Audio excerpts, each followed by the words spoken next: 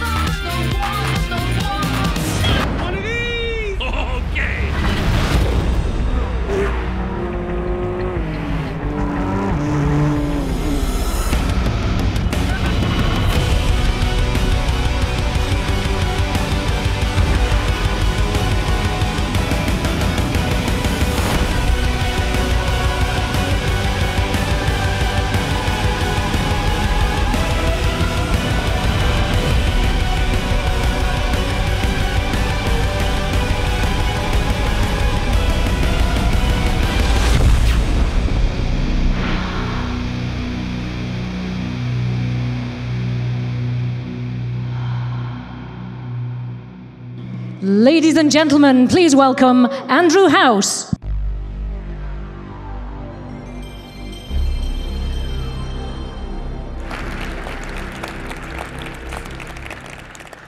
Good afternoon, and to those of you joining us from around the world, good morning, good evening, and welcome. It's a thrill to be with you here today. The stakes are high for what we're going to show you.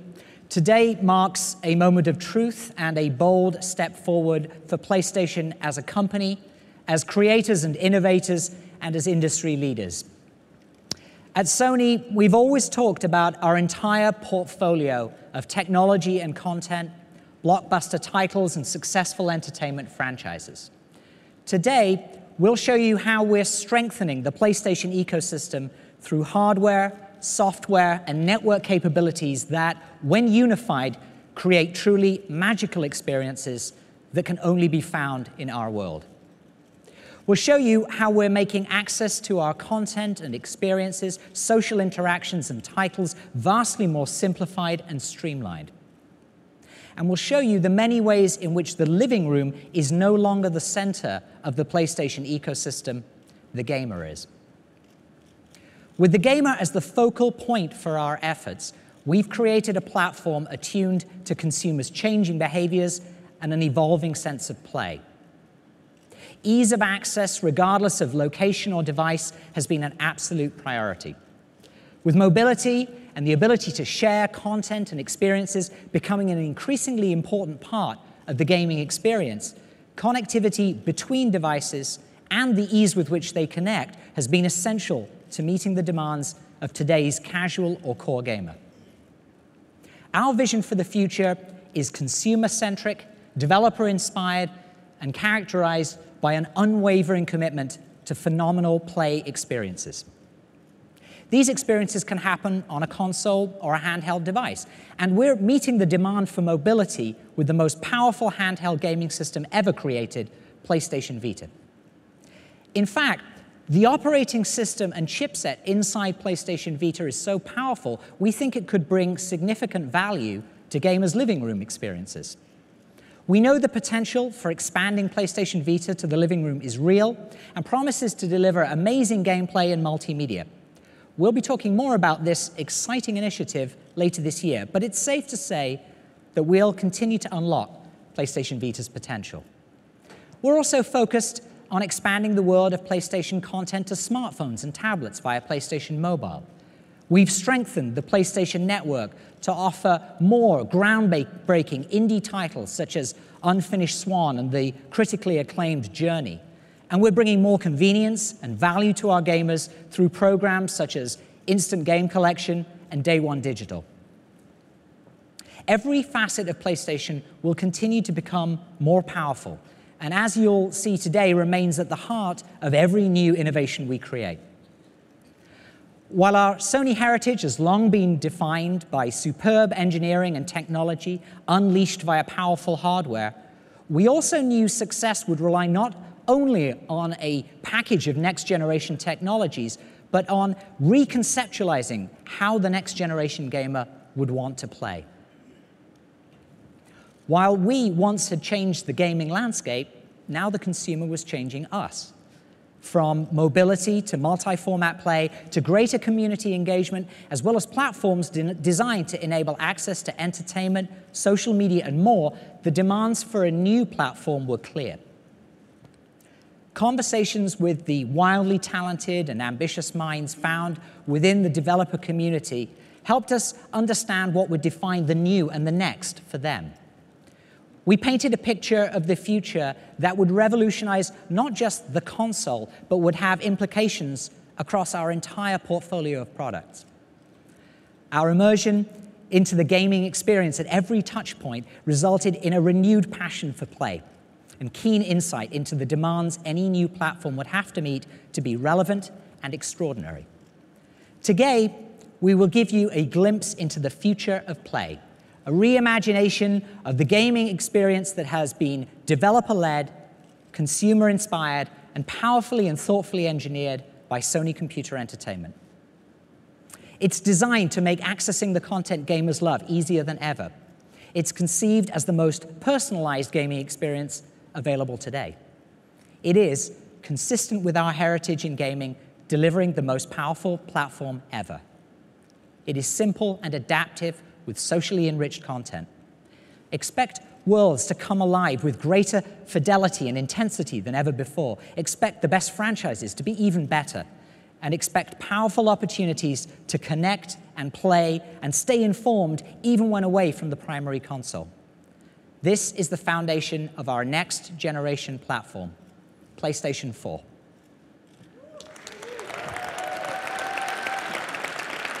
Thank you.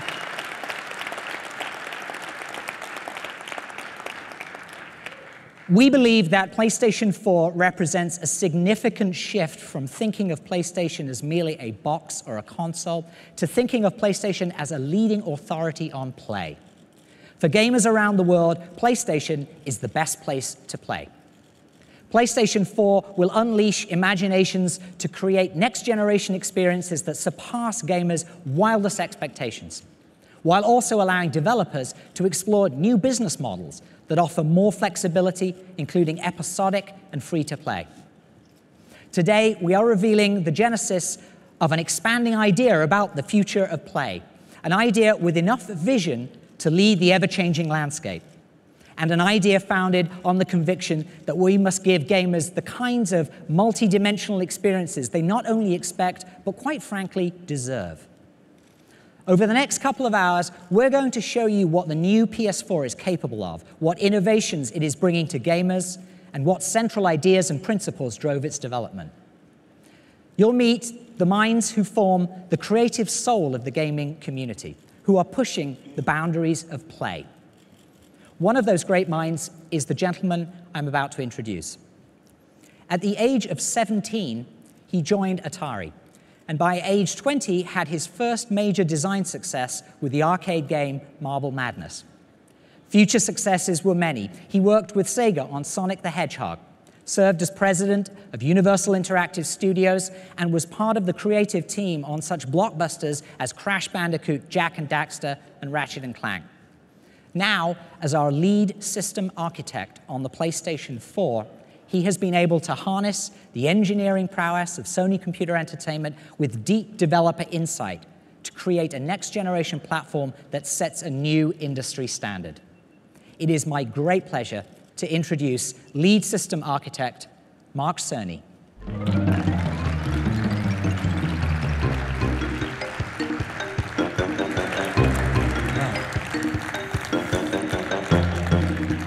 Thank you, Andy. Thank you for the warm welcome, and thank you all for being here today.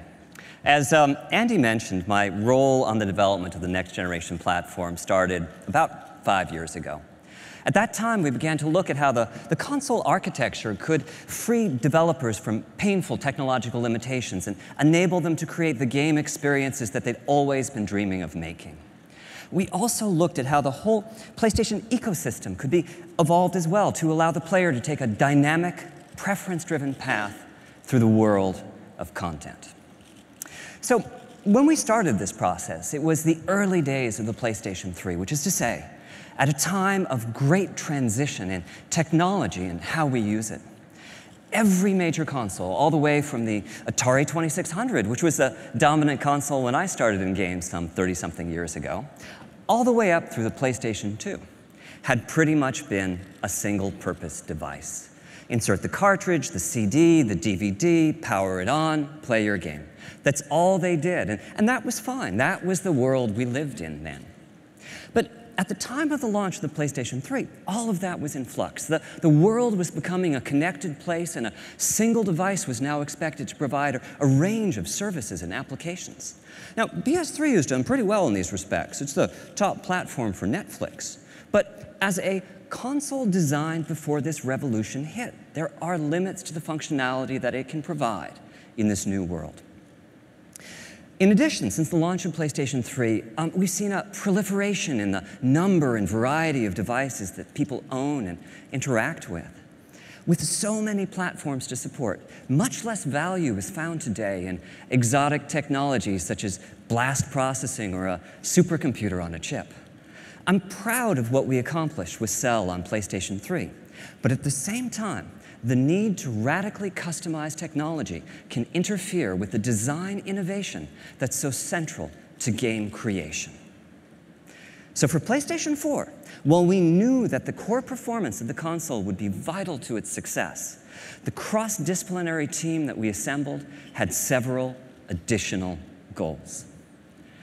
For one, we wanted to make sure that nothing would come between the platform, and the joy of play.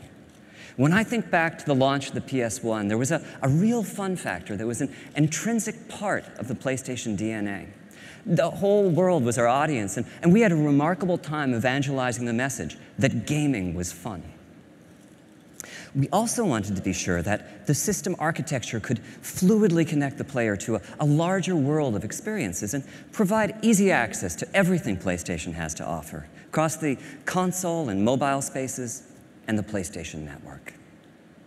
And finally, we wanted to hear from developers. We spoke to dozens of the best teams in the world. We wanted to know what was important to them. We wanted to make them happy. Because if they were happy, we knew we could unleash the creativity and innovation that would result in a true next-generation experience. Our goal was to create an architecture that would facilitate the expression of their ideas. Now, we couldn't come right out and say in 2008 or so, what would you like to see in a next-gen console? We had to talk our way around the topic. But they knew what we meant, and their comments were invaluable in crafting these system specs. And we were able to create, in PlayStation 4, a platform by game creators for game creators. It is a powerful and accessible system, and it has a deep feature set to support the ongoing development and evolution of gaming itself. Now, the architecture that we chose is like a PC in many ways, but supercharged to bring out its full potential as a gaming platform. For the CPU, we chose the most familiar architecture on the planet, the x86, allowing us to tap into over 3 decades of programming expertise. For the graphics processor, we decided to use a highly enhanced PC GPU, something that would be easy to develop for in the early days of the platform lifecycle, but at the same time, a GPU with remarkable long-term potential. And for system memory, I'm proud to announce that we are equipping the system with 8 gigabytes of high-speed unified memory, both satisfying the #1 developer request for ease of game creation and also increasing the richness of content achievable on the platform. And this system memory is backed by the massive local storage that only a hard drive can provide. Overall, this architecture is designed to ensure that the very best games and the most immersive experiences will reach the player. Now, the next few demos are live, so I get the pleasure of sharing with you, for the first time, the new controller. And here it is, the DualShock 4.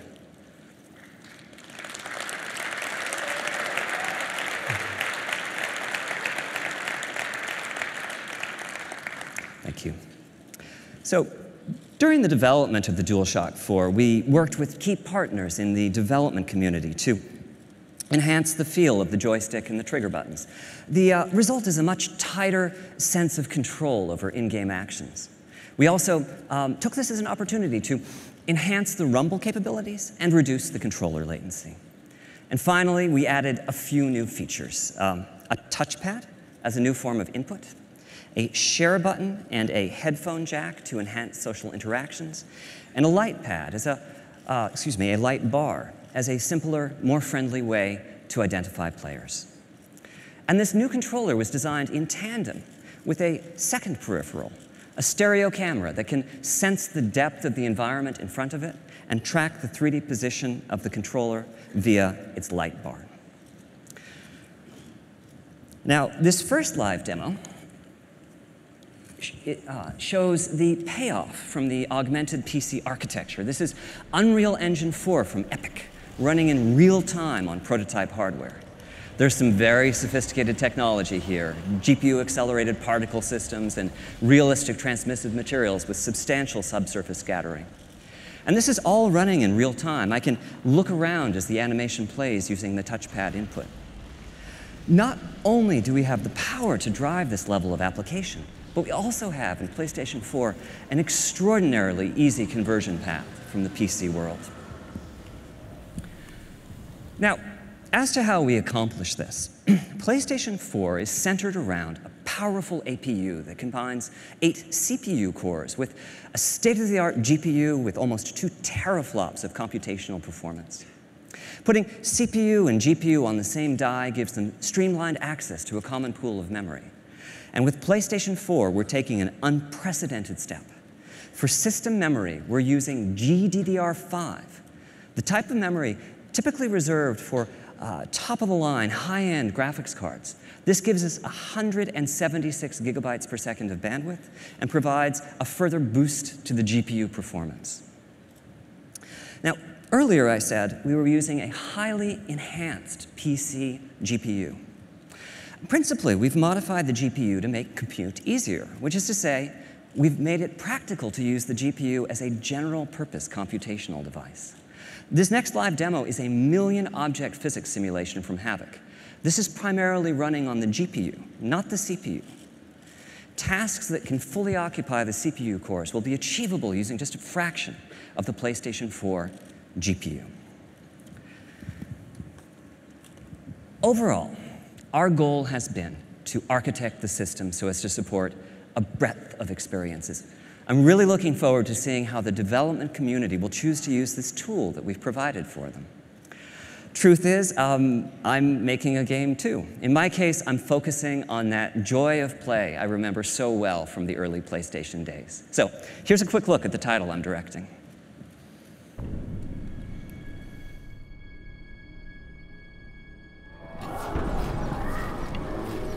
War has come to our peaceful land. We must send our best to neutralize this threat. A veteran explorer, military might. Yes, Doctor. I would like to make a small addition to the team. Behold my greatest creation, Knack. Just go slow, little buddy. You'll be fine. He looks a little delicate to me. Knack is capable of explosive growth. He will be invaluable in the fight against the goblins.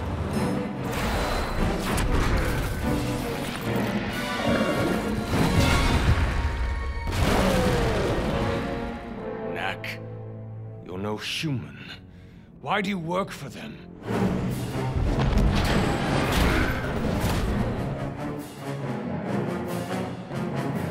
Victor's up to something. The next step of human evolution begins now. The world is about to change, and he'll be the one who changed it.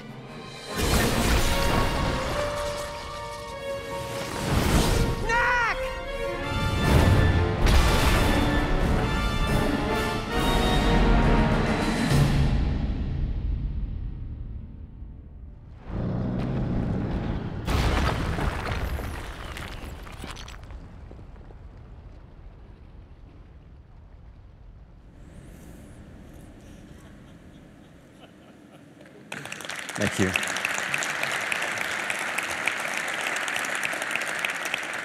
I can't tell you how nice it is to finally be able to show that in public. So, with the major system components, CPU, GPU, hard drive, memory, controller in place, the next design task for our team was to create the larger user experience that would surround the games. And we chose 5 key principles as the basis for this experience: simple, immediate, social, integrated, and personalized. Now, these are just words, but concepts such as simplicity were extremely helpful in crafting the overall system architecture. Games continue to evolve, some becoming very complex indeed, and the processing power of the system is an exponential leap over its predecessors. But at the same time, we wanted the platform itself to be consumer-oriented, with a premium placed on functionality and ease of use. For us, simplicity meant that powerful functionality needed to be just a button press away. Speed of response is also vital. Immediacy is no longer an ambition when creating system UI, it's an expectation with players. So on PlayStation 4, we've put together a feature set, assisted in many ways by custom hardware, that radically reduces the lag time between consumers and their content. For one, the hardware supports suspending and resuming of play sessions. Just hit the power button and the system enters a low power state, with the play session preserved in RAM. The minutes that it takes today to boot a console and load a saved game will be a thing of the past. On PS4, you'll just hit that power button again and promptly be back playing the game at the exact spot you left off. PlayStation 4 also has a secondary custom chip that manages uploads and downloads. As a result, it's possible to download or update games in the background, or even with the main power off. And we're taking this one step further. On PlayStation 4, digital titles are playable even as they are being downloaded. When you purchase a title, you download just a fraction of the data and begin playing. The rest of the data is downloaded in the background as you continue to play the game. Our next key principle is social. There's no doubt that play is no longer an isolated pastime. Social play is so important to PlayStation 4 that we've added in hardware to support it, in the form of dedicated, always-on video compression and decompression systems. Now, to illustrate the next few points, I'm going to show you various aspects of the PS4 user interface, which is a complete redesign over what we have today on PlayStation 3. Part of what this dedicated video compression and decompression hardware does is it enables seamless uploadings of recordings of gameplay. Just hit the share button on the controller, scan through the last few minutes of gameplay, pick a portion, tag it, and return to your game. The video will upload as you continue playing. Our goal is to make the sharing of video as popular in the PlayStation 4 generation as the sharing of screenshots is today.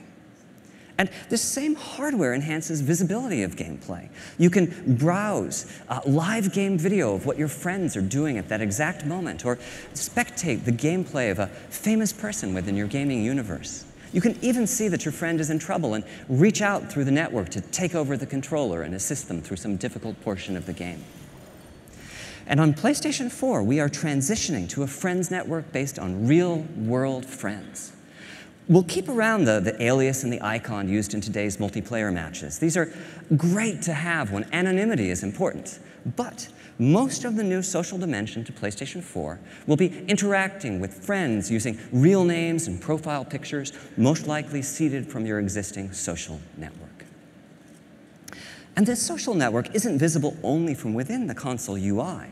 PlayStation 4 is designed to be a highly integrated platform, seamlessly interconnected across the network to the full PlayStation ecosystem, as well as to key third-party devices and services. Applications on smartphones and tablets, as well as web platforms and Vita, will allow PlayStation 4 conversations to be carried far beyond the living room. You can use your smartphone to browse game video of possible opponents in your favorite fighting game and challenge them to matches. Companion applications on PlayStation Vita or your tablet will add another dimension to the experience and allow you to keep in touch with the evolving world of your game regardless of your location. And our final ambition with PlayStation 4 is personalization, the concept that the system can get to know you and bring you closer to the games and other experiences that you're seeking. Personalization is a key design principle of the PlayStation 4 interface. You're just a button press away from the latest news about your game titles or interactions with your friends.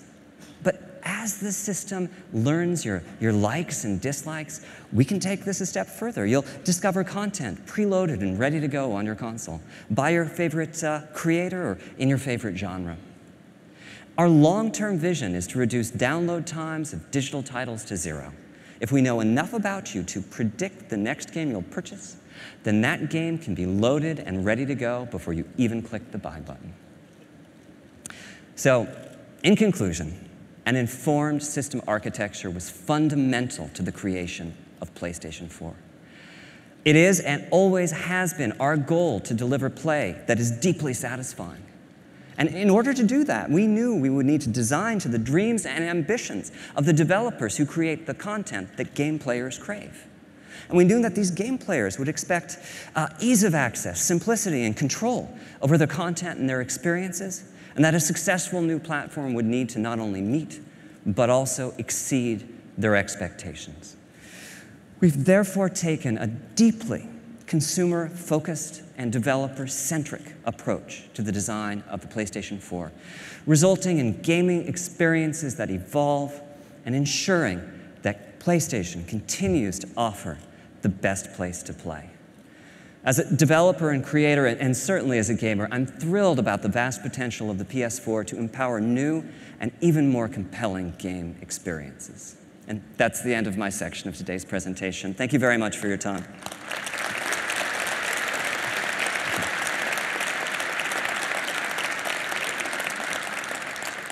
So, I'd like to introduce the next speaker, Dave Perry. You probably know him as the co-founder and CEO of Gaikai, a pioneering company in cloud gaming that Sony Entertainment purchased last year. For me, though, it's a bit different. Dave's one of my personal heroes, a charismatic game designer with a string of hits, including Aladdin and Earthworm Jim, that I've spent far too much of my time playing over the years. Please join me in welcoming David Perry, CEO of Gaikai.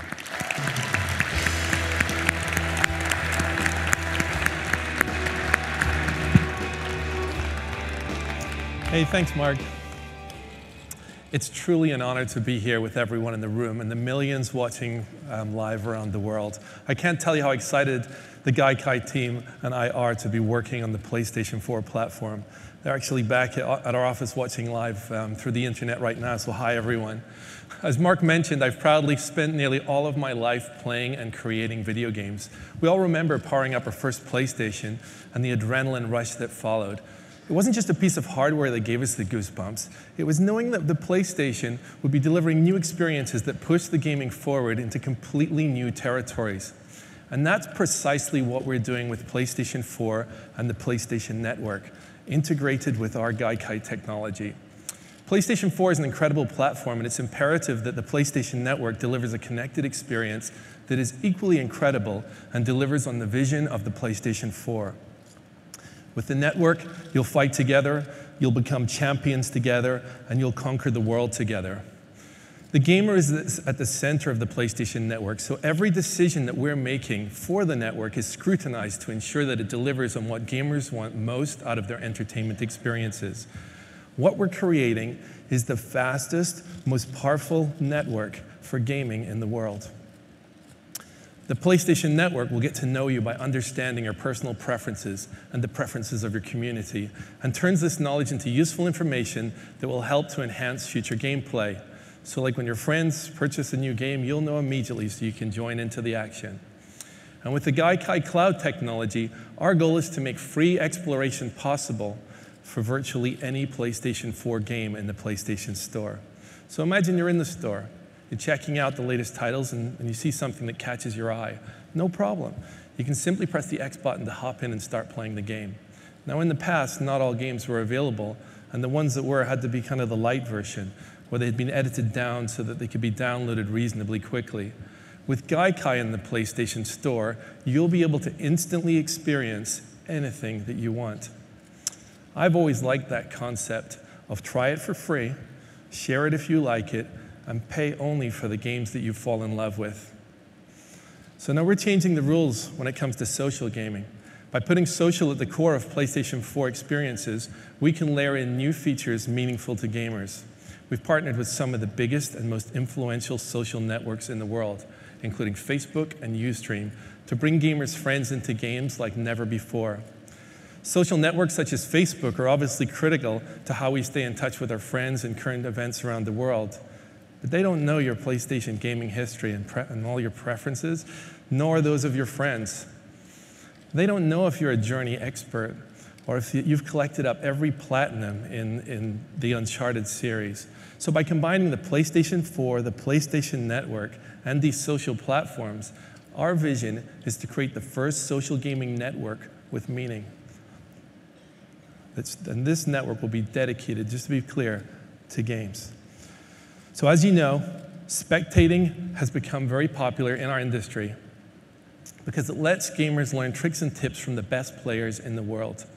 When players find something they love, it's our job at PlayStation to make that even better. So we've asked ourselves, how could we improve the spectating experience? First, what we're using is that share button on the PlayStation 4 controller.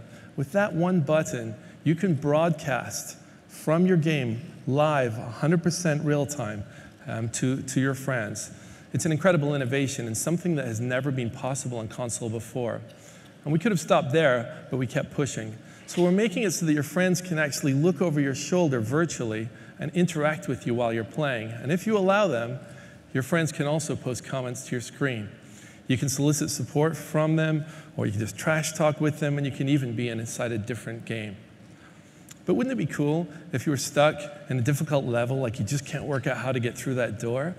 You could ask a friend on the internet who's finished the game to take over your controller and assist. We're building this capability into the PlayStation 4 and the PlayStation Network so that your circle of PSN friends will become that much more important. And finally, we're helping fuel the imagination of our developers by giving them new spectating tools. Now imagine a developer using these tools. If they identify a gaming expert, they can give them director-level status so they can manipulate levels to assist you during your gameplay. Developers can insert command buttons for certain levels, where friends can drop in special items for you, such as giving you a health potion when you're in critical condition. We've also partnered with Ustream to give gamers multicasting capabilities. And that means you can schedule a set time and broadcast your gameplay live to anyone that you want to invite. In summary, the base hardware architecture for PlayStation Network was designed to facilitate and integrate social aspects throughout all phases of the gaming experience. The PlayStation Network wraps you in your favorite content wherever you are, across the PS4, the PS3, the PS Vita, smartphones, and tablets. And we're going to give developers a simple, elegant solution for enhancing their PS4 games on second screens. A key feature enabled by second screens is remote play. Now, we believe so much in remote play that it's been built into the architecture of the PlayStation 4. So how are we unlocking remote play's potential with this next generation? The answer is PlayStation Vita. PS Vita is the ultimate companion device for PS4, enabling gamers to put their games from their beautiful HD TVs right onto their PS Vita's beautiful 5-inch OLED display. For example, say you're in the middle of an epic battle on PS4, but your kids have just taken over the living room. What do? Well, it's easy. You just use remote play to transfer the game over to your PS Vita. Now, as you saw, Mark is working on this game, Knack, on the PS4, so we brought a surprise for him today. By using remote play, he can now also play his game instantly on the PS Vita. So what do you think, Mark? I think it looks great. So this is my PlayStation 4 title, Knack, running in remote play on Vita. And the work's really well distributed between the two consoles. We're using the full graphical capabilities of the PlayStation 4. And on Vita, we're taking advantage of the beautiful 5-inch OLED, as well as the sophisticated mobile controls. I was expecting you to say cool. So, okay, spoken like a true system architect. Our long-term goal is to make every PlayStation 4 title playable on the PS Vita. I mean, if you think about that, Even the demos that you're seeing today, some of the most incredible, we have some incredible things to show you. If you can imagine, we can make those games instantly playable on the PS Vita as well. So to make remote play between the PS4 and the PS Vita feel good, we've dramatically reduced transmission times so the gameplay is snappy and immediate. We've accomplished this by integrating some of the Gaikai technology into the PS4 system architecture that essentially turns it into a game server, and the PS Vita becomes a client with remarkably fast connection speeds. Of course, the PlayStation Network and the PS4 will provide access to a vast array of other forms of entertainment beyond gaming. PlayStation gamers love all forms of entertainment, including watching movies, watching TV shows, listening to music. So PlayStation Network will have services including Sony's own Video Unlimited and Music Unlimited. And we're working with leading services like Netflix, Amazon Instant Video, and other media services to have them on the platform. We'll be announcing more specifics on this later in the year. Now, I've already mentioned a couple of ways that Gaikai's cloud technology and PlayStation Network will enhance the player's experiences. But PlayStation Network and the cloud can present additional value to PlayStation gamers. For example, over the past 6 years, PlayStation 3 has built an incredible catalog of titles that is unmatched in the industry. Although PS3 titles aren't natively supported on the PS4, we're exploring some very unique opportunities enabled by cloud technology with the long-term vision of making PS3 games ubiquitous on any device. The technology is so advanced that someday we could easily put PS1, PS2, PS3, and the PS Mobile games on any device, including the PlayStation 4. This would fundamentally change the concept of game longevity. Imagine having access to all the old games you love and the ability to get them up and running in seconds wherever you are on whatever device you have near you. Everything everywhere is the challenge that PlayStation has put before our teams. That's the vision of the PlayStation Cloud service, and it's going to require us to build the fastest global network ever made. Now, Gaikai won a Guinness World Record for our prototype network, but now I'm happy to announce that the project has been fully greenlit by Sony. So this is not an investment into advanced technology and infrastructure. This is an investment into the millions of loyal PlayStation gamers across the world who would love to have all the past, present, and future games at their fingertips. We'll be rolling out PlayStation's cloud services in phases, so we can't reveal all the possibilities here today, but you can be certain that it and the PlayStation 4 will change the way that we play. Now, I've described the vision and the strategy behind PlayStation 4 and the PlayStation Network. Let's hear how some of the world's most accomplished developers are using it as their virtual platform to turn their creative dreams into reality. Thank you. You know, our industry, the past 10 years, has seen so many trends come and go. You know, there's been, you know, at times people are, you have to do social, you have to do casual, you have to do hardcore, you have to do this, you have to do that. But as much as it's been changing, all of those different trends have been supporting each other. What I love about this console is that I think it's the first time that these trends are going to really be brought together. This is where the promise of what we can do is bigger than just one genre.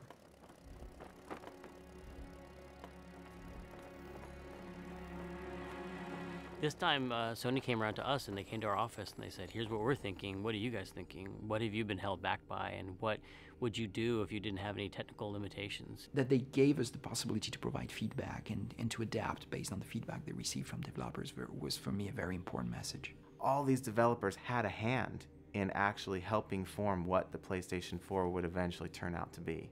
We took all that into consideration to create the system that just works. When we think about the word simple, we've chosen to interpret that with a comparable word, elegance. And to us that means this balance between how complex the simulation or the options or the interfaces are with how deep the experience you can get from it. The more elegant a design is, then the more simple and easy it is to get incredible depth. Where you can have a deeper experience that's still not really complicated, but it's much richer and much more immersive. Everyone has, to some degree, some instinct of craft. They want to make something their own.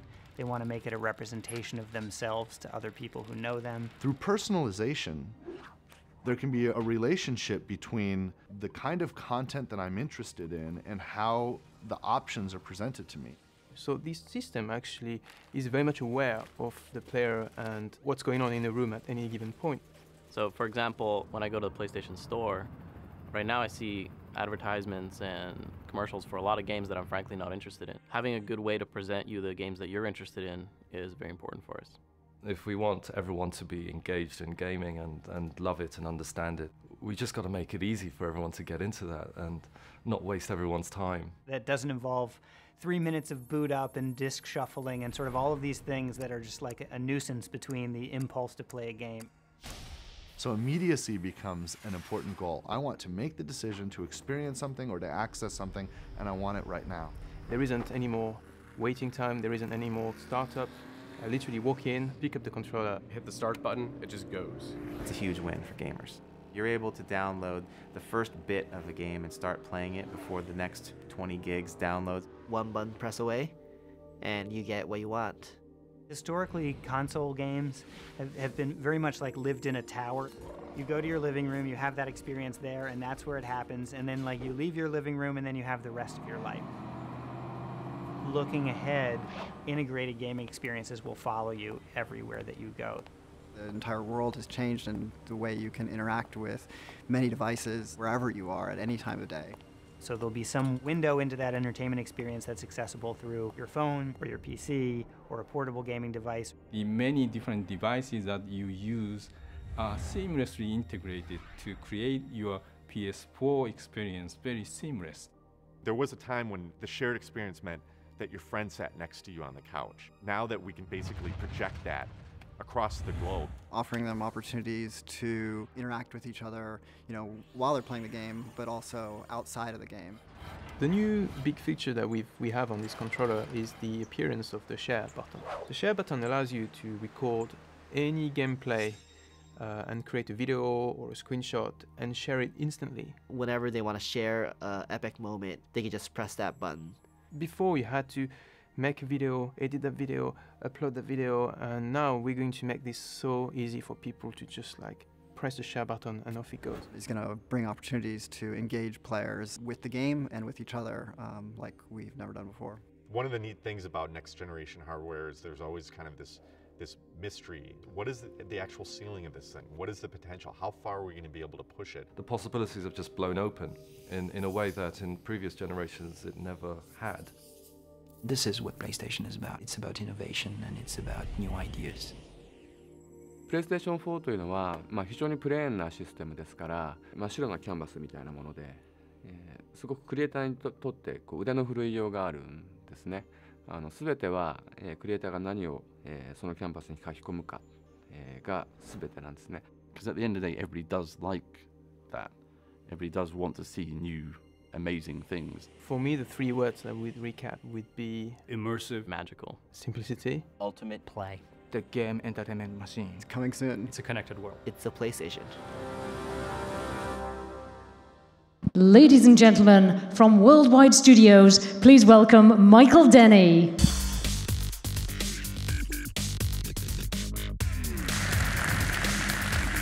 Thank you.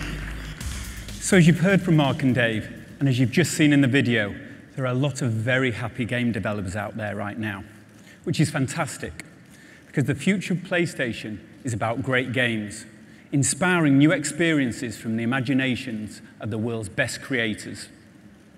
In the past, creators' ambitions have often been constrained by the limitations of technology. PlayStation 4 will bring a new synergy between hardware, software, and the fastest, most powerful gaming network in the world, unlocking a new canvas for creativity. From the outset, our game creators have been given the opportunity to collaborate with our hardware and system software engineers to help shape PlayStation 4's unique feature set. So with this powerful synergy, deeper, more connected experiences and a newer, emotional state of play are made possible. At Worldwide Studios, we are privileged to work with the world's best development teams.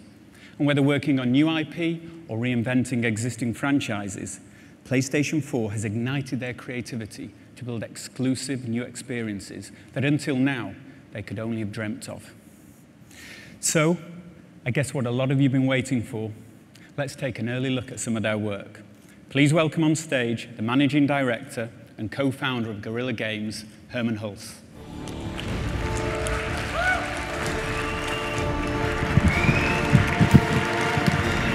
Thank you. In the near future, mankind has colonized planets in search of resources. However, there's a conflict between two factions: the people of Helghan and the people of Vecta. This conflict is about much more than just resources. The Helghast are fighting for their right to exist, while the Vectans want to protect their way of life. The Helghast have evolved and claim genetic superiority. They are brutal and relentless in pursuit of their so-called justice against the Vectans. This war devastates planets. The conflict draws parallels to Cold War Berlin, with two factions living side by side, divided by a vast wall. This is a story about the loss of home, the search for a new home, and the lengths to which people go to defend it. This is Killzone Shadowfall.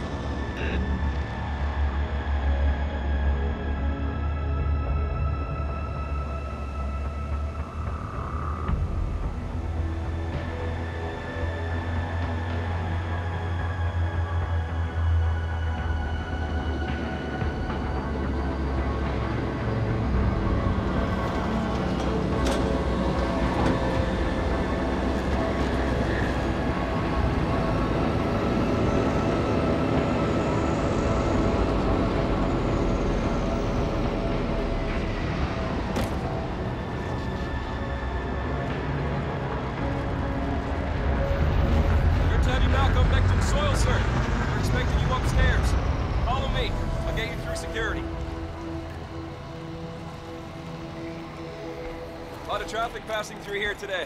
More than usual. They're drafting in units from all over.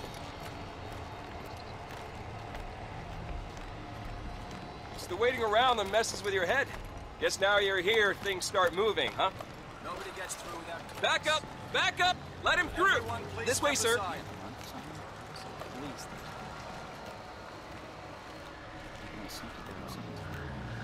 Sorry, sir. Just a formality.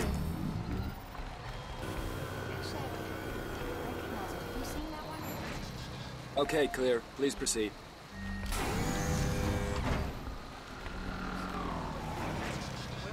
Where did that go? Yeah, well, in the middle of the street.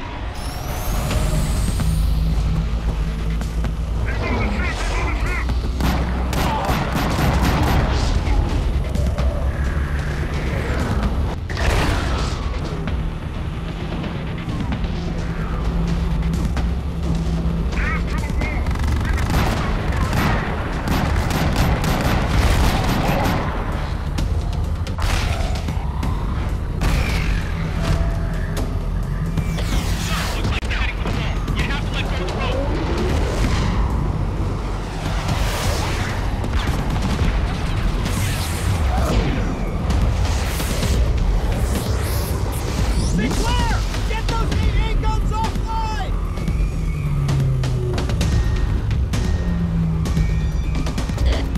Sir, you need to get the hell out of there! Now!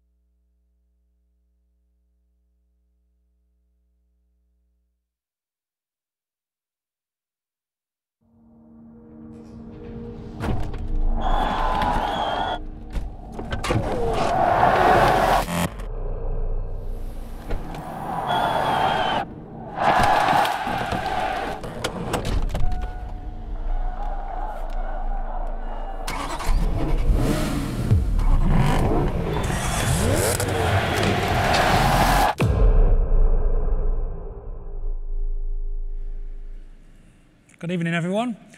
I'm Matt Southern from Evolution Studios, and we're making the game we've always wanted to make. It's called Drive Club, and it's all about team-based racing. I've waited so long to be able to tell you about it. It's existed as a concept at the studio for 10 years. We trademarked the name Drive Club 9 years ago. You can check it online. At its heart, it's always been a very simple concept about driving the very best cars in the world, in the greatest locations in the world, but crucially, doing it together. And we've literally waited for the technology to be available to deliver our vision. We've visited the greatest car companies there are to share this vision for next-gen team racing. And they love that Drive Club isn't just about cars and locations, not even just about winning races, but about people, about collaborative gameplay with friends in teams. Next generation no longer just means more powerful hardware. We're the next generation of gamer. We want to play great-looking games like this, but in new ways that fit our permanently connected social lives. And to us, that means driving in a team. Drive Club is a game to play in real clubs, asynchronously and in real time, against other clubs all around the world. The gameplay isn't specifically about races, it's about challenges, and rewards you for playing in groups even if you aren't top of the leaderboard, much like the best squad-based first-person shooters do. I can also fire up the Drive Club app on my phone or tablet, pick a race type, pick the cars, pick any time of day, in any weather, at any time of the year, set a time, and then send that challenge all around the world. Then I can watch the drama unfold as hundreds of players and clubs try to become the best at my challenge. We're talking 24/7, untethered access to your club, no matter where you are, home or away. Plus, whether it's a short team drag race or a weekend-long 1,000-player tournament with hundreds of teams, every section of every track is packed with challenges. First-person games are also great at transporting you and your friends fully into their worlds. And we're using first-person perspective to make sure you and your mates feel exactly how you should when you own a car like this. We're recreating them with obsessive love. These are two of the fastest production cars in the world, the Hennessy Venom GT and the Koenigsegg Agera R. And they're as close as you'll get to the real thing in terms of detail and accuracy, with totally correct material parameters, painstakingly measured from the real thing using our custom-built photometric apparatus. We've gone borderline insane with real-world details and subtleties. We've modeled the direction of each microscopic metallic flake of paint in multiple layers. We've emulated the effect of each individual thread in the weave of the carbon fiber, so the pattern alters realistically with the lighting angle. The lights themselves are fully modeled using multiple layers of reflectors and lenses that refract the real bulbs underneath. And we've modeled those rainbow patterns you get when you wax the plastic headlamp covers.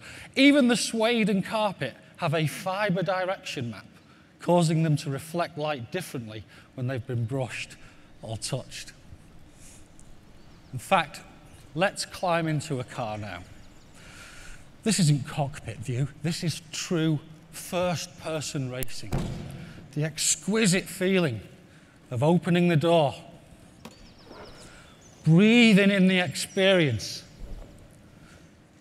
strapping yourself in, and firing up a 1,200 brake horsepower engine. Ladies and gentlemen, it's such a thrill for a studio to be asked to help define new PlayStation technology so that we can finally bring our vision for team-based racing to life. That's just a brief glimpse of Drive Club. We can't wait to show you more. Thank you.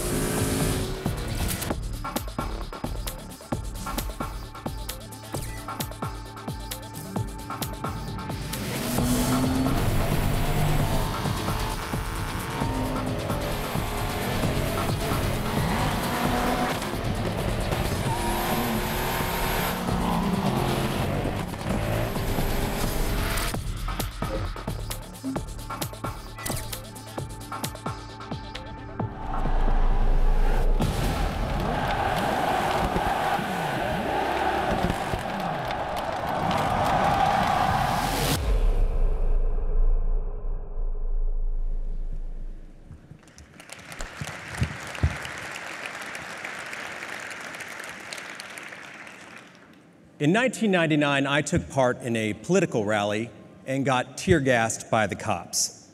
Now, up until then, I'd always thought the police were there to protect me, to protect the people that I cared about. But on that day, they didn't. We all want to feel safe, right? But it is hard to put your finger on what that sense of security is worth. However, it is easy to say what it costs. Right now, there are 4.2 million security cameras distributed all around Great Britain. That is one camera for every 14 citizens. In 2011, the US government seized the personal cell phone records of 1.3 million of its citizens. There are 1,200 of us in here today. 4 of us have been monitored. And 2 years ago, American travelers spent a combined 75,000 years waiting in airport security.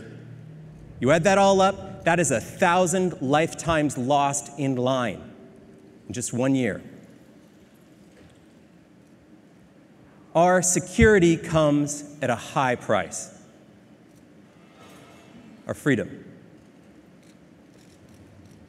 Now, picture how things would change, how the world would react if a handful of people suddenly developed superhuman abilities, capable of unleashing incredible carnage without ever pulling a trigger or lighting a fuse. These people would be living, breathing weapons that could pass through any metal detector or X-ray scanner or even a strip search completely undetectable. We already live in a culture of fear. Picture how things would change. How much control would any of us have over our own lives? And which of us would have the courage to fight to get our freedoms back?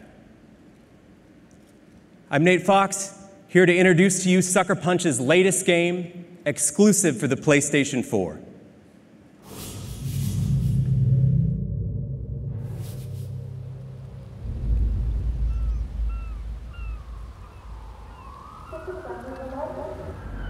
Your safety is our top priority. The DUP is in control. To expedite scanning, please remove all rings and bracelets. The DUP is in control. G6 status. G6 clear. G7 status. G7 clear. H1 status. What the hell? What was that? I don't know. B2 status? What should we do? B2 repeat status. On me. Keep your eyes peeled. The DUP is in control of the situation. Up there! We got it! Lost B2. Check in B5, B5. Over there. Go. Cover me.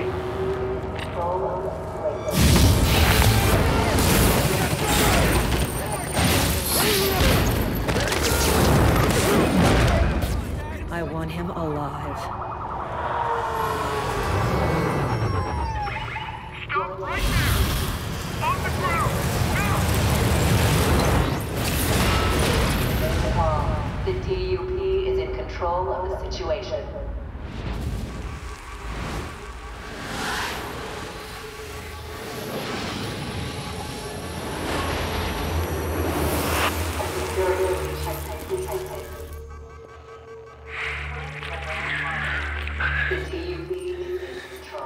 You are not in control.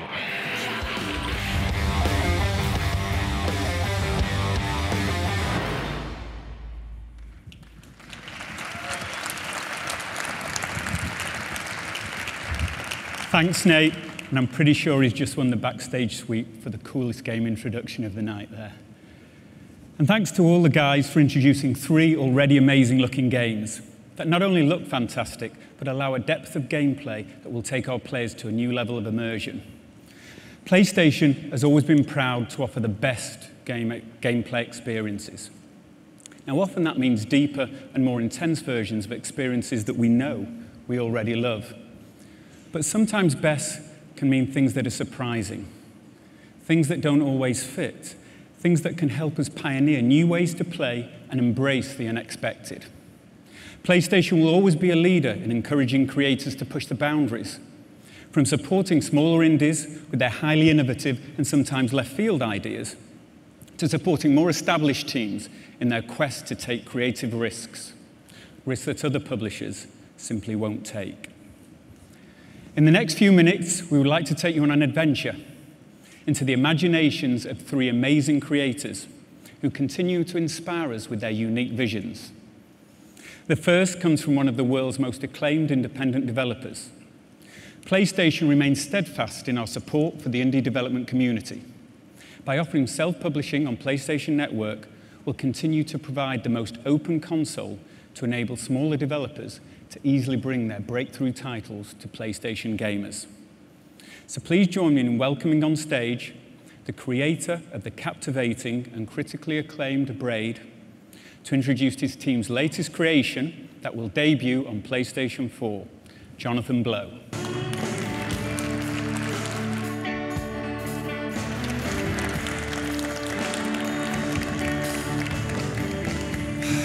Hey, I really don't know what I'm going to do to follow up after all those explosions, but we'll see what happens, I guess.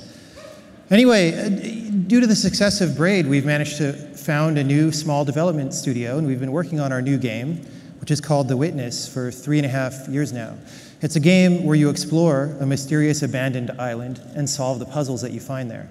But at its heart, at its core, it's a game about epiphany, that instantaneous transition of the mind that takes you from confusion to understanding.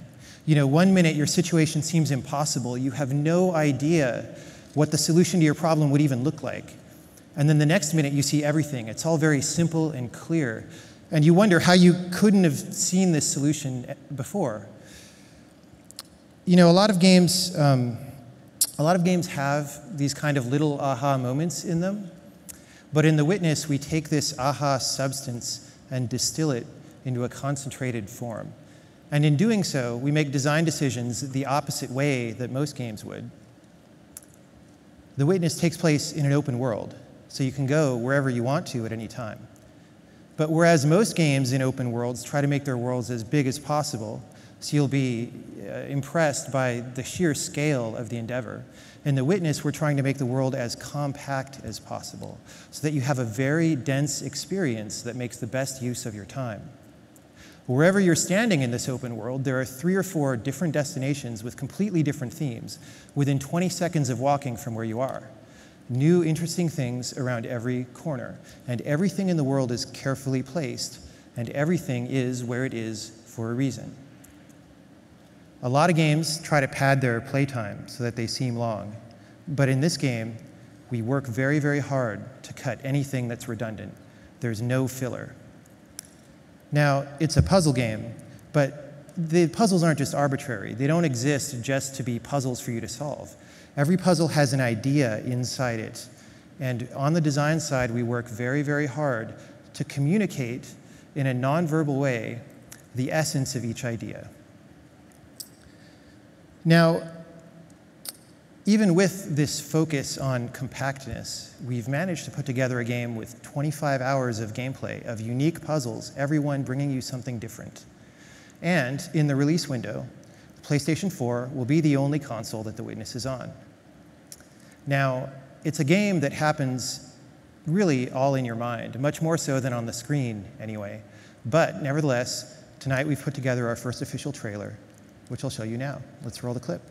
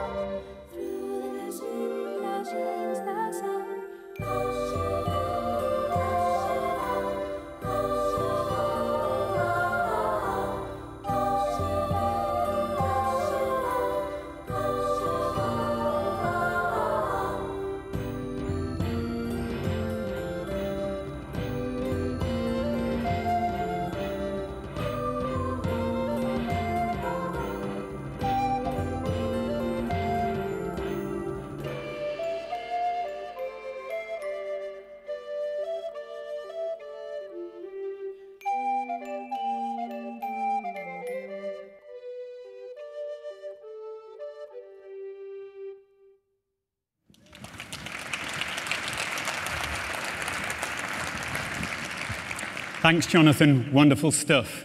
And how about that? What other event would show you a game like the visceral and action-packed Killzone, followed by the mesmerizing and thought-provoking Witness? And speaking of Killzone, at the end of the playthrough you saw earlier, Stephen hit the new share button and uploaded it directly to the Killzone Facebook page. So as soon as we're done here, please go check it out. Okay, so what follows now are not game presentations, but a glimpse of the future, sure to challenge your current vision of gaming. Two of our wonderfully talented creators will give us an early glimpse into their concepting process and demonstrate what is possible when you combine PlayStation 4 with unbridled creativity. So first up, please welcome, from the award-winning Quantic Dream, David Cage.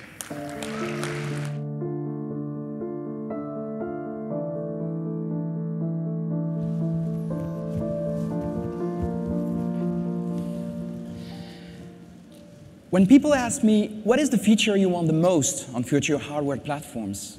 My answer is always the same: emotion. Getting the player emotionally involved is the holy grail of all game creators. We all try to trigger intense, subtle, and diverse emotions. We try to make players forget that this is just a program animating pixels on the screen. We don't want them just to watch something. We want them to live it and suspend their disbelief, experiencing that magic moment where they live in a different reality. Emotion is something complex and challenging to capture. It's conveyed by graphics, animation, sound, cinematography, dialogue, of course, gameplay. In a medium like ours, technology is very important. It is what we rely on to get the player emotionally involved. If you look in the past, some films were highly emotional while being silent and in black and white. But they were limited in their expression to simpler stories that had to be told under heavy technical constraints.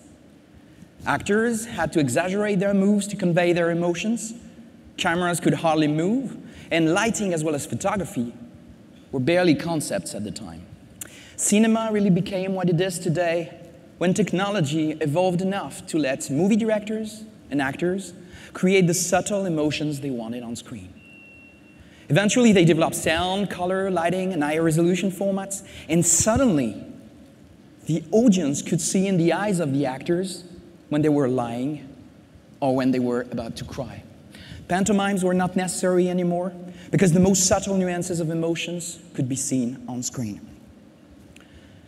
With the PlayStation 4, games have now finally reached that stage. In 1999, Quantic Dream's first game, Omicron, featured characters with 350 polygons. Indigo Prophecy's main characters were around 1,500 polys. Heavy Rain's characters were about 15,000, Chara at 20,000. This year, Jodie Holmes and Beyond will be about 30,000 polygons. On PlayStation 4, this is what you can get. Quantic Dream has developed a completely new engine. What you see is running in real-time 3D on a PlayStation 4. It is our first attempt at using advanced skin shaders with translucency, realistic eyes shaders, volumetric lights, 3D depth of field, and many, many other features that were up until today reserved to CG films. This is the quality that we will get in our future games, and we know we can go even further. But more important than these technical features, we start to reach a point where you can see very subtle emotions on the face of a character, where you can feel his emotions just looking at his face, where you can see his soul just looking into his eyes. When you look at this old man, you can imagine who he is, what he thinks, what happened to him, without him saying a word. With the PlayStation 4, game creators can now forget about the technology limitations and simply focus on inventing experiences never seen before. We can concentrate on what amazing stories we want to tell and what incredible worlds we want to create. We can take you to places you have never been before and make you feel emotion that you have never felt in real life without having to wonder if we will have the horsepower to do so. We are now only limited by our imagination. Thank you.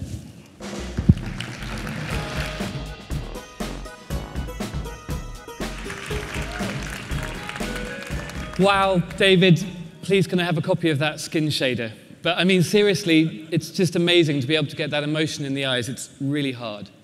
So, hello.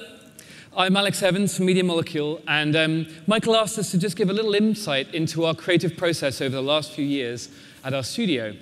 And, you know, when we first heard about the PlayStation 4, we began thinking, what can we do to turn creative gaming and take it to the next level? Because that's what Media Molecule was founded to do. It was to use this amazing device to bring the creativity of every PlayStation user to the fore. And creativity takes many forms these days, whether it's taking a picture, cosplaying as Kratos, or 3D printing a customized character. It's easier than ever to show off your skills. And with the internet, you can reach millions of people. So creation is everywhere, but it can feel kind of fractured and complicated. And so we thought, how can we cut through all the crap?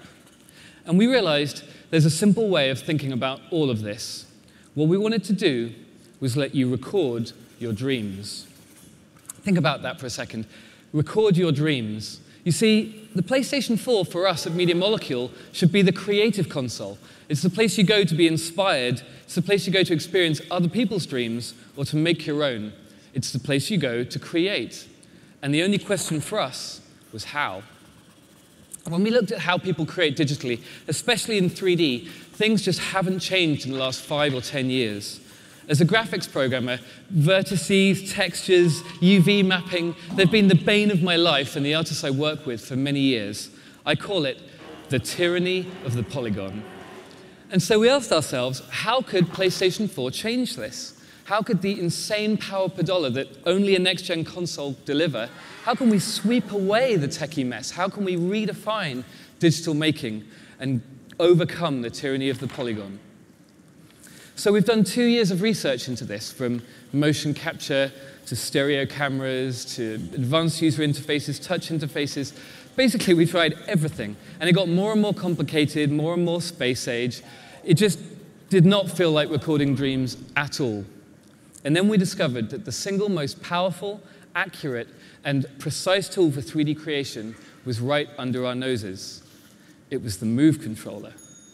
Now, finally, at last, after a troubled relationship, we've completely fallen in love with this thing.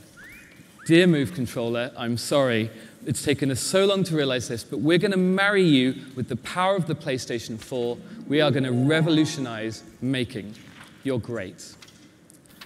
So one of the first things we built with this was a sculpting tool, and we've been using it for a while now. Once we stopped thinking in terms of memory budgets, schedules, pixels, we forgot about the technology and we just started doodling, just sketching, put that at the heart of our creative process. A really lovely thing happened. We started having real fun making, collaborating, sketching, remaking. It doesn't matter where you start out because you can take a left turn at any time that inspiration strikes and go somewhere even cooler. It's a free-form creative journey that I think of a little bit like cloud watching, except that you can reach in at any time and change and shape it to whatever's in your head. Behind me, you can see a time-lapse of one of our sculpts playing back literally as it was made, because we record every single move that you make. And because it's such a quick and free-form thing, before we knew it at Media Molecule, we had made hundreds of these things. Imagine this multiplied from our tiny staff to the thousands and millions of brilliant PlayStation users online. Every single one of these was made entirely with the Move controller. And it's a kind of performance. You're able to put down your ideas as fast as you can think of them. It's this combination of the PlayStation 4's power with the Move's unique accuracy, which allows us to ditch all of the 2D fiddly camera controls and nasty user interface. It makes 3D sculpting easy for beginners and deep for advanced creators. And if you're like me and haven't quite mastered sculpture yet, then we're going to allow you to use the creativity of all of these people to collage and create ever larger sets, game levels, stories, with the simplest possible interface. You just hold your controller and click to assemble your dream. Of course, this isn't just about sculpture and collage. With PlayStation 4, with the creative console, we wanted to change making in every way, whether it's music, gaming, or storytelling. And the point is, it's fast to create. What you're about to see was recorded live in one take. It's someone's dream brought to life with PlayStation 4.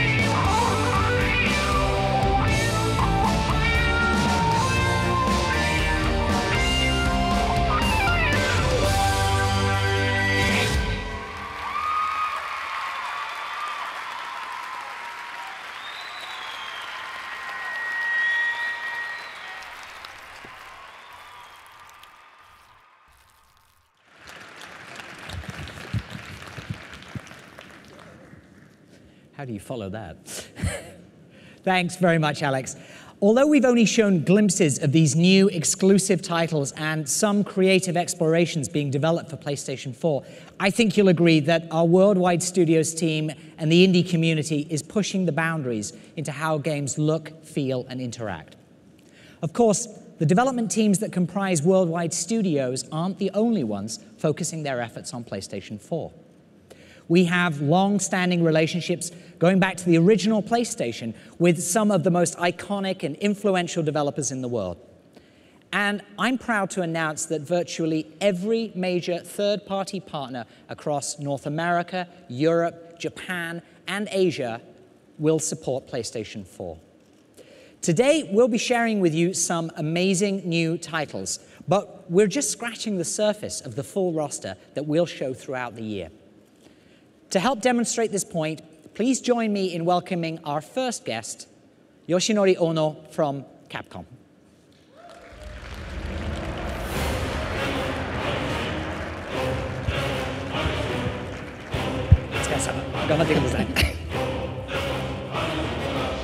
Hi everyone, do you want to stretch? All right.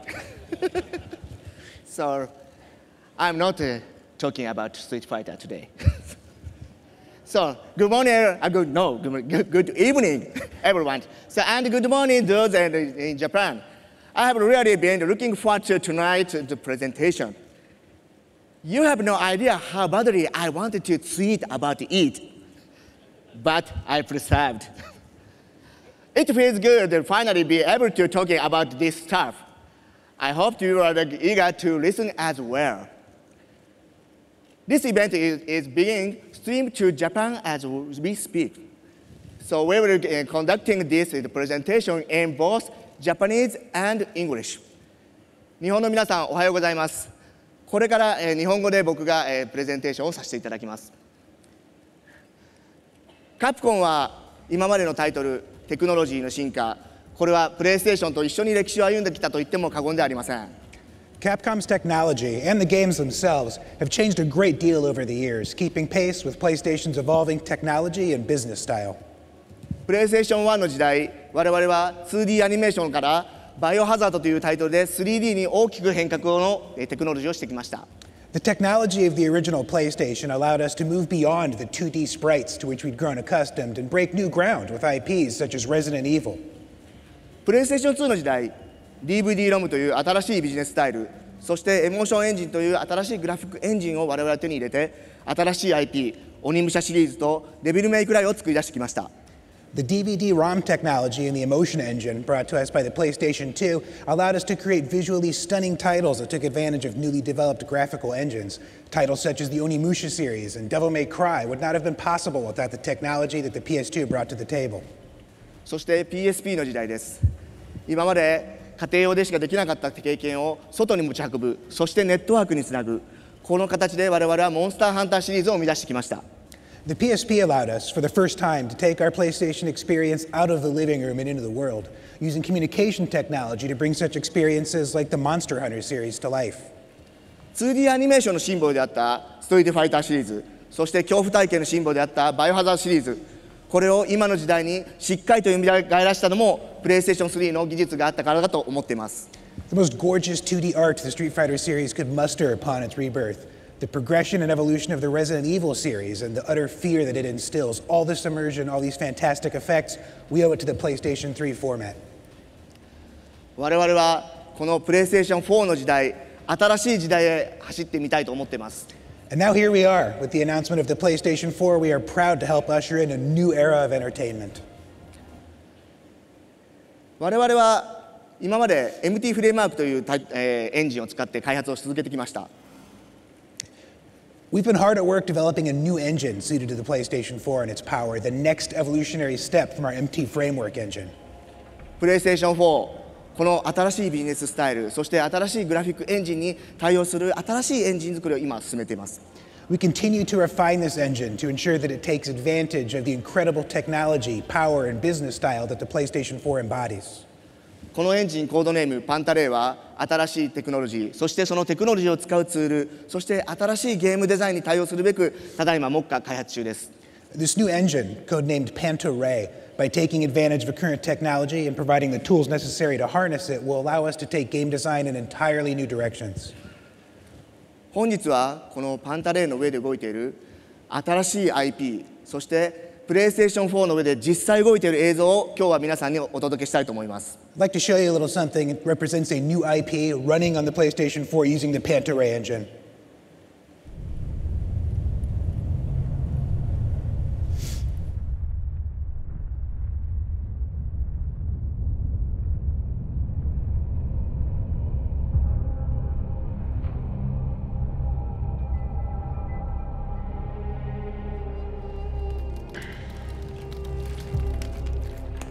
Useless magic could have me poking lines in the old market for 1/10 the hassle of your empty venture. Why were you following him anyway? Let's find this bloody third gate.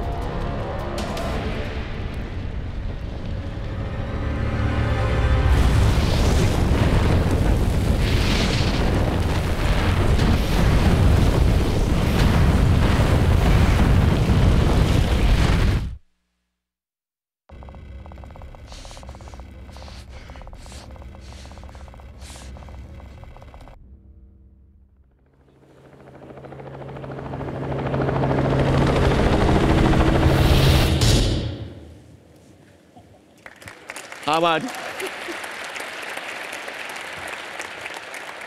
このディープダウン、そしてパンタレーは今目下開発中です。So as we speak, Deep Down is being developed concurrently with the Panta-Ray engine. この PlayStation 4という新しいアイテム、そして新しい力を使って我々は皆さんに新しいゲーム体験を体験していただきたいと思っています。So we're hoping that the power and technology behind the PlayStation 4 will bring us all sorts of brand new experiences. Thank you very much for listening to our presentation. Thank you.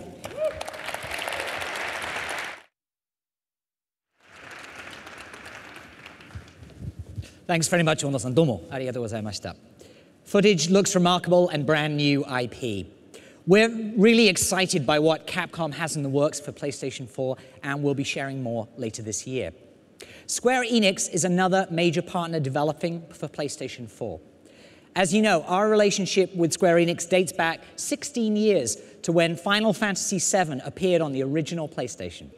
Since then, our partnership has fostered some of the most innovative gameplay and rich cinematics and storylines that gamers fell in love with. Please join me in welcoming to the stage Yoshihisa Hashimoto from Square Enix to tell you more about their support for PlayStation 4.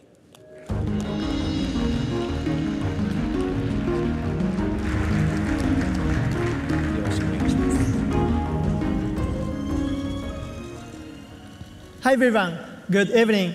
My name is Yoshihisa Hashimoto. I'm the Chief Technology Officer of Square Enix Japan. It's a great pleasure to be present at the announcement of the PlayStation 4. This is a historical event for the game industry. And I'm truly honored to be allowed to give a demonstration in front of you all. Today's demo isn't a game, but rather a real-time cinematic demo running on PlayStation 4. This cinematic was created using Lumina Studio, Square Enix's state-of-the-art game engine. I believe it will give you a taste of the game experiences that will become possible with the next-gen capabilities of the PlayStation 4. Without further ado, please enjoy.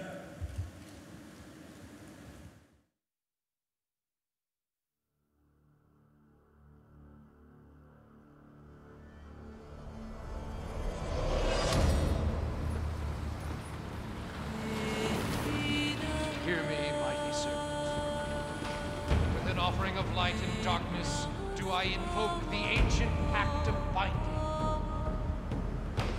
Once more, the wicked stand before us, threatening the sacred communion between your realm and mine. Rise, and from the time-torn rift shall our power rage forth and rain down destruction. Never is here. That presa through hoiti.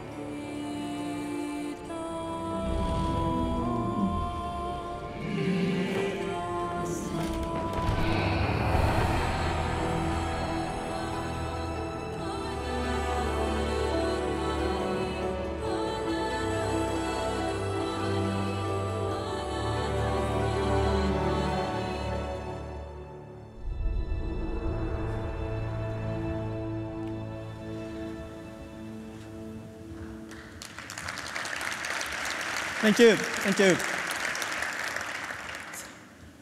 This is the level of quality that Square Enix is targeting for our next generation titles. The PlayStation 4 is a multifunctional, incredibly powerful gaming platform. Its CPU and GPU processing power are extremely high. And it has massive amount of memory, and even has wonderful social features. And the development environment is excellent, flexible, and super easy to use. In short, it's a game developer's dream. Thanks to the PlayStation 4, the possibilities of gameplay experiences have been greatly expanded, and players will be enthralled by the new generation of gameplay that will appear on the PlayStation 4. So my part is ending, but we have one other piece of information to share with everyone.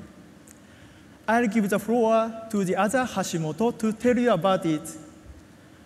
Well, Mr. Shinji Hashimoto, please take it away.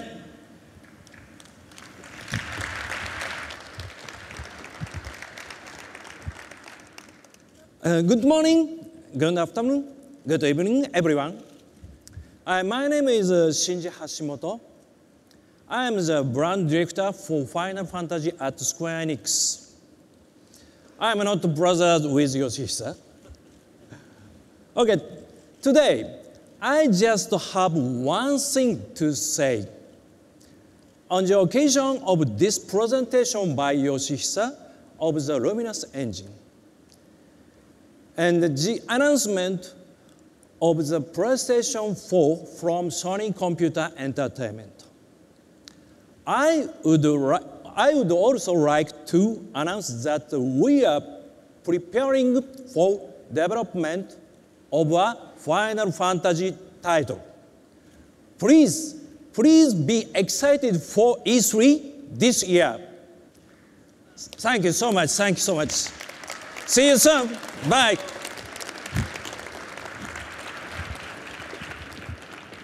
Thank you, Hashimoto-san. The Luminous Studio demo running on PS4 further demonstrates the system's graphics and computational power. I would now like to welcome a very special partner and a personal friend. Over the years, Ubisoft has become an extension of the PlayStation family, and their support for our platforms has produced hit after hit. The Ubisoft team is truly pioneering a lot of next-generation gameplay, and I'm very excited by what they have to share with you tonight. Please welcome Ubisoft co-founder and CEO, Yves Guillemot.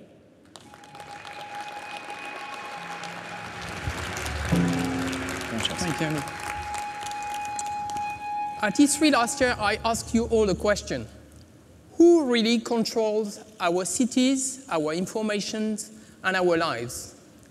Thanks to PlayStation 4 and our next-gen titles, Watch Dogs, we have the answer. It will be all of you. Next-generation games blur the lines between the real and virtual worlds, more than ever before. Ubisoft development teams have been hard at work with the PlayStation 4 to make gaming experiences that are more connected, more immersive, and more interactive. We are creating games that will be played anywhere, anytime, across many different devices. Games that will bring friends and gaming communities closer together and let you collaborate to achieve amazing things. Games that are tailored to match your interests and can quickly adapt to all your needs. And we are using the PS4's quantum leap in power, graphics, and AI to construct deeper, richer, and more believable games. Players are going to be super excited by the PS4, and this platform will bring millions of new customers. Now, to give you an example of the kind of connected, immersive, and interactive experience, please welcome Jonathan Morin to tell you more about Watch Dogs.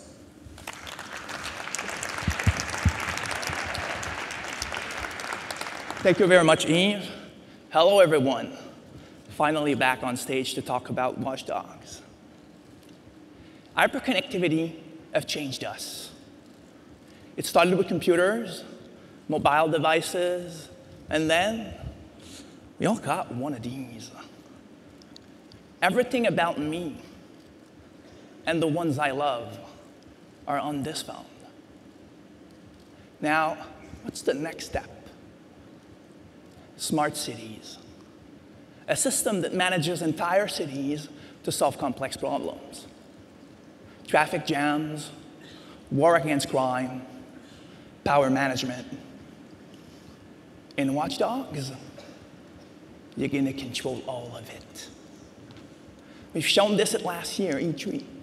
Everything is connected. But today, I want you all to discover that everyone is connected. I want you all to feel what it's like to control Aiden Pierce and wander around in Chicago, to invade everyone's privacy without them knowing.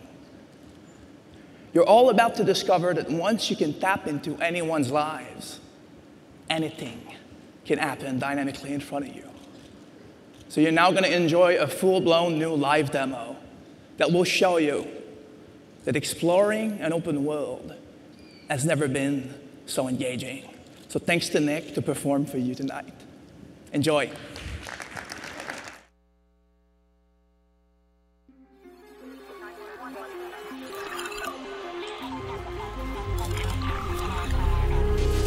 Pierce has been identified as the man responsible for all attacks. The heart of America. Feels like somewhere it must have skipped a beat. People haven't changed, but now everybody's broadcasting. And once you've seen it, all of it, how do you look away?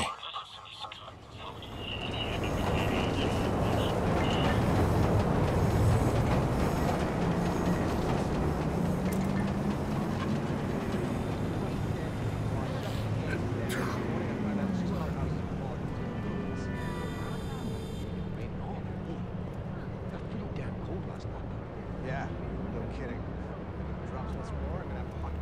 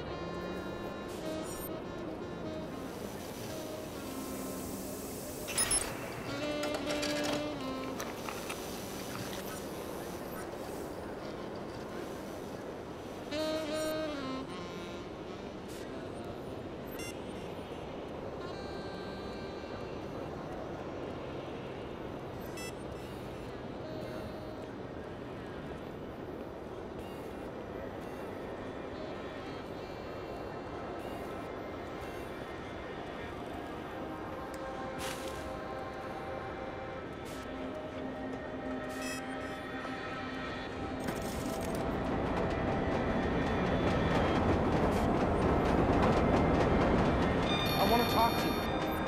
I'll call the police. I swear I will. I'm not gonna let you get away with it.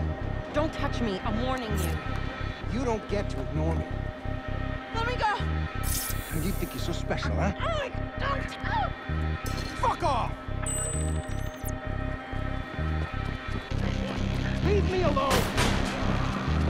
911, please state your emergency. Please, you have to get the cops out here. This man just pulled out a gun and started shooting. Hurry! HOS can't authorize. Initializing search for suspect now. Get away from me!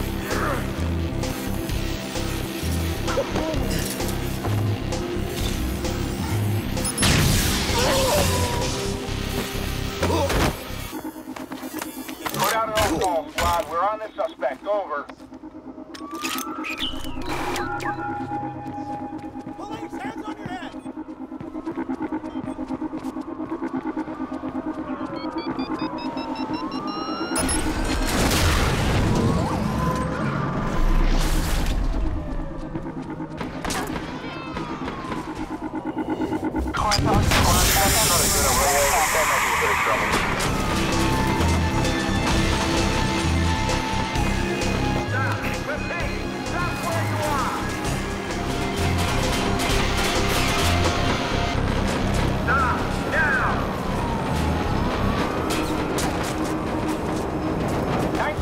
Charlie, your squad put out an all-call. We need backup ASAP.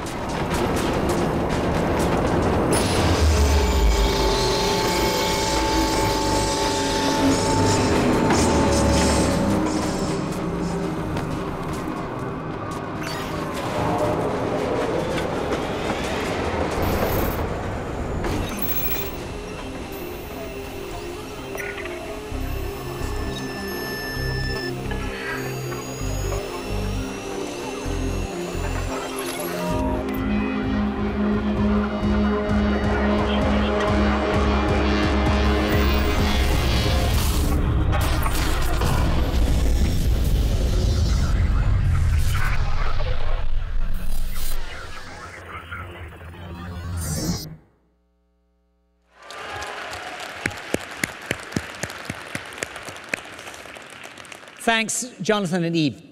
Watch Dogs on PlayStation 4 will be an amazing experience, and we have much more to share with you later this year. There's another partner I'd like to invite on stage tonight to help illustrate the tremendous support we have for PlayStation 4. This iconic developer is known for making some of the most immersive and creative games anywhere. And this is not only the first time they've been on stage for PlayStation, but the first time they've been on stage for any console.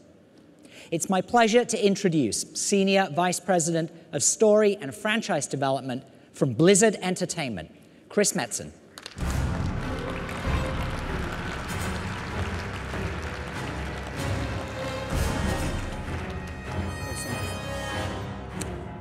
Good evening. How are y'all doing? Good, good, good. Many of you are probably wondering why an old school PC game developer is kind of crashing the big Sony party tonight. I'm very pleased to share with you all that Blizzard and Sony have entered into a strategic partnership through which we will take over the world.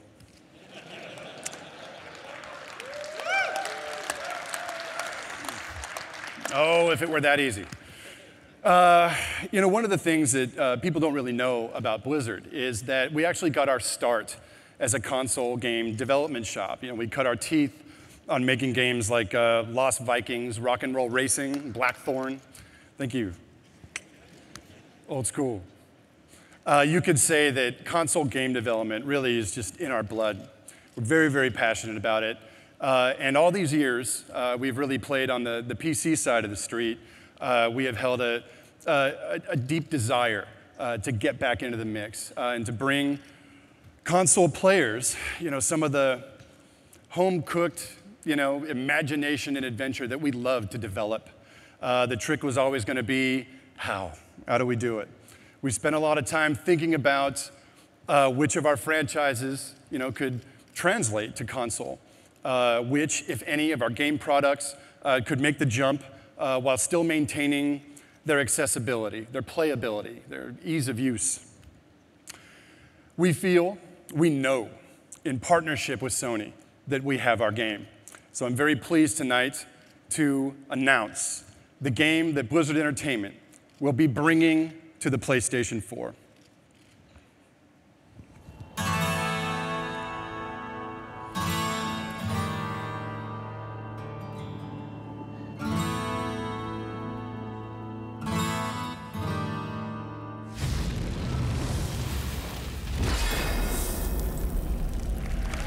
Thank you. Diablo 3 will be available for the PlayStation 4 as well as the PlayStation 3. Actually, right now we have a version running on the PS3. It's amazing. It runs well. It looks great.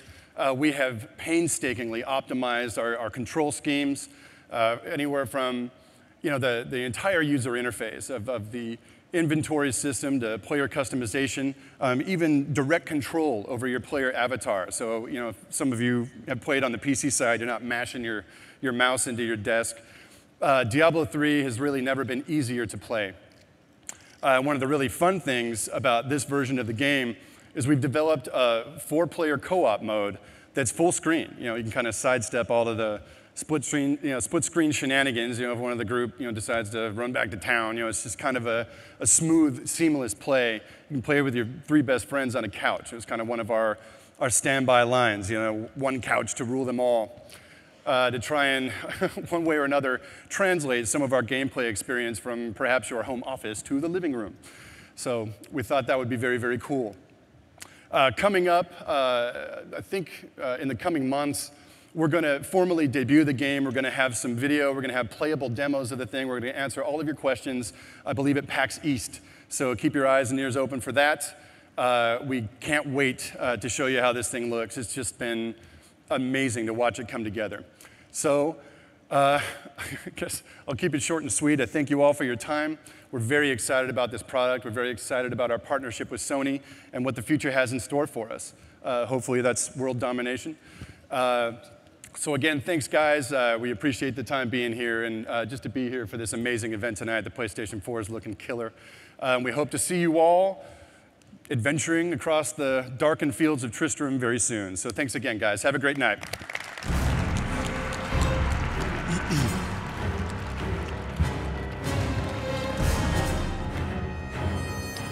Yes, it's me again. Now, there's one more partner I'd like to invite on stage tonight. This publisher is known for making not just some of the biggest video games on the planet, but some of the biggest entertainment franchises in any medium on the planet. They are one of the driving forces behind turning video games into mainstream popular culture. It's my pleasure to welcome to the stage the CEO of Activision Publishing, Eric Hirschberg.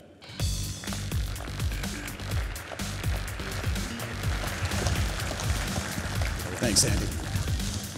Thank you, Andy, for the kind words, but of course, we couldn't do what we do without companies like Sony building incredible platforms like the PS4 that have brought interactive entertainment into the living rooms of hundreds of millions of people around the world. Activision has supported every single one of Sony's platforms and has created some of the most iconic hits on each and every one of them. And our commitment to the PS4 will be no different. We plan on supporting the PS4 with multiple blockbuster titles from our best developers during the launch window. And we're looking forward to sharing more with you in the coming months. But what I can tell you, though, today is that our developers and our technology teams are uniformly really excited about how Sony is approaching the PS4. We're excited to be a part of bringing the next generation of great games to the next great gaming platform from Sony. Now, there is one developer in particular who we're working with, who we think has been absent from the PlayStation Nation for too long now. And we thought, what better way for us to show our support for the unveiling of the PS4 than to bring PlayStation gamers together with one of the best developers in the world that you haven't been able to play on a PlayStation for over a decade. And of course, I'm talking about the one and only Bungie.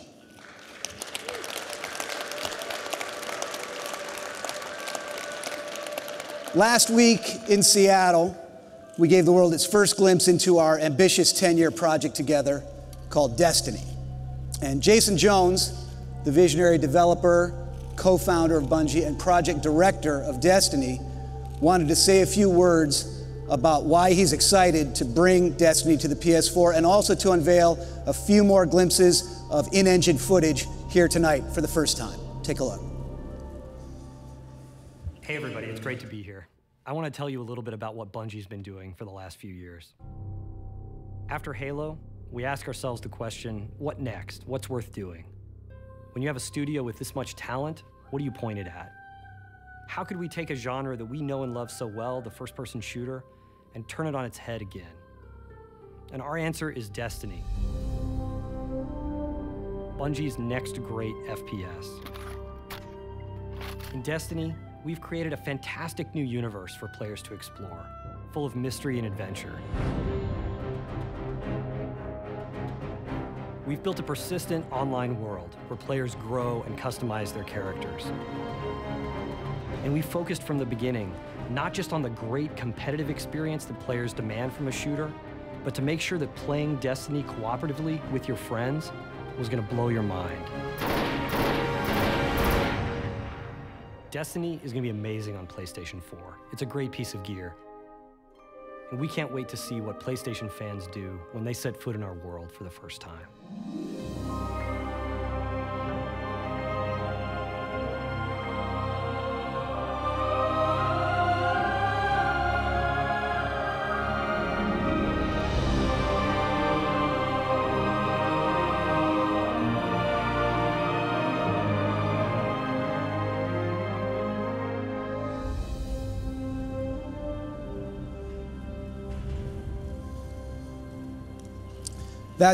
Thank you. That makes 2 Jason Jones sightings inside of a week, so you'll hear from him again in 2025. Destiny is an ambitious project. It's what we're calling the first shared world shooter. It's something we're putting a lot of creativity and resources behind. We're very excited to bring it to the PlayStation 4. And to tell you a little bit more about it, it's now my pleasure to introduce some of the key leaders at Bungie. Andreas Jenkins, John T. Barnes, Marty O'Donnell, and Bungie's president, Harold Ryan.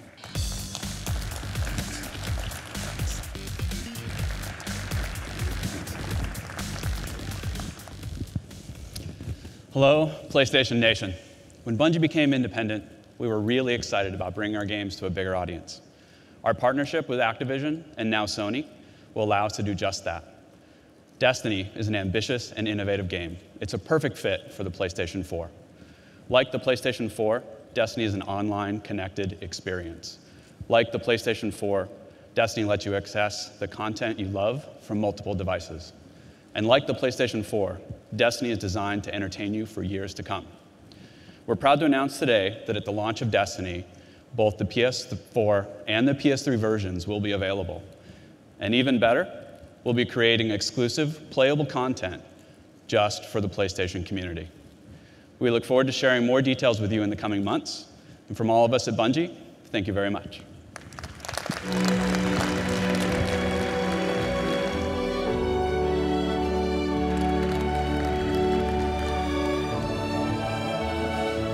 Thanks, guys.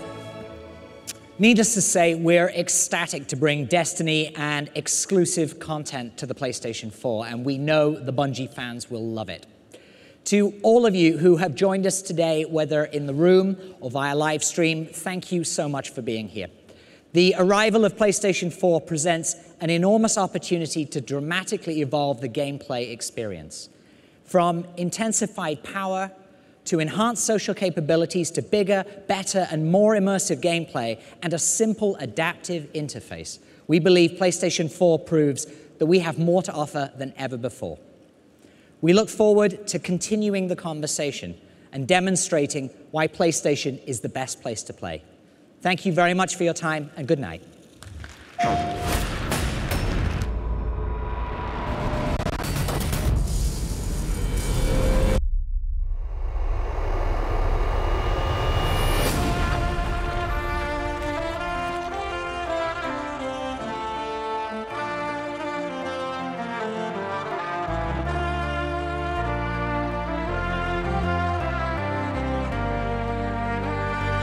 What we're trying to create are things that people have never experienced, magical moments that they're going to remember for the rest of their lives.